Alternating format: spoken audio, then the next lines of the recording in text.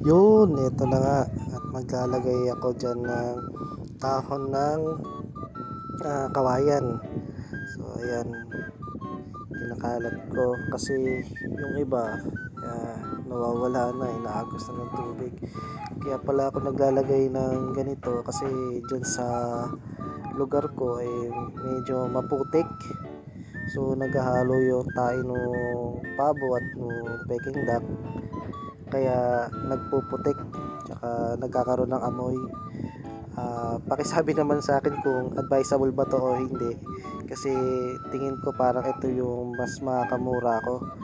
Wala kasi akong panambak dito sa area ko, so kaya wala akong mailagay na iba kundi yun lang, dito lang tayo sa tipid muna. So nung nilagay ko naman yung mga dahon ng kawayan na yan, okay naman, tsaka parang mas okay din sa kanila kasi nakakapagkalaykay sila ng mas maayos. Ayan, so nilagay ko lang sa taas yung mga dahon ng kawayan. Ang dami nga, isang sako, nagpapakuha lang sa mga bata.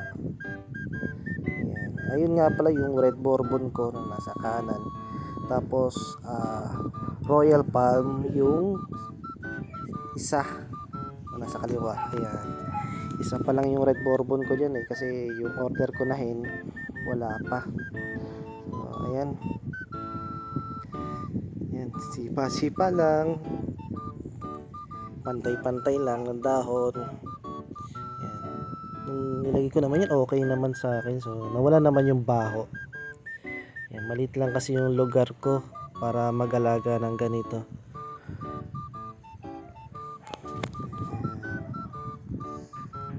Ayan po yung lugar ko kung saan ako nag-aalaga ng pabo, peking duck.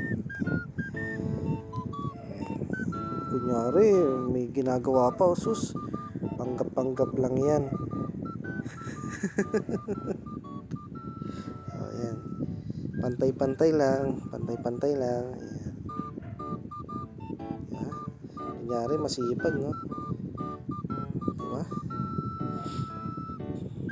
Papakita ko dito yung mga alaga ko.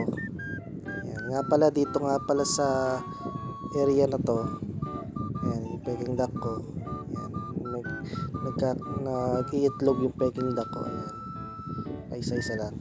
Pero iniipon ko yan, siguro nasa 15 piraso na yan, yung itlog ng peking duck. Yan, kapaka lang, baka may natabunan, baka mapakan. Ayan.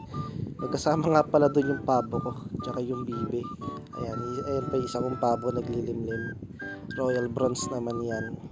Ayan, sinilip ko pa kung ilan na yung itlog. Wala pang 10 yata yan, so bababa pa yan. Ayan. So yun lang guys, thank you.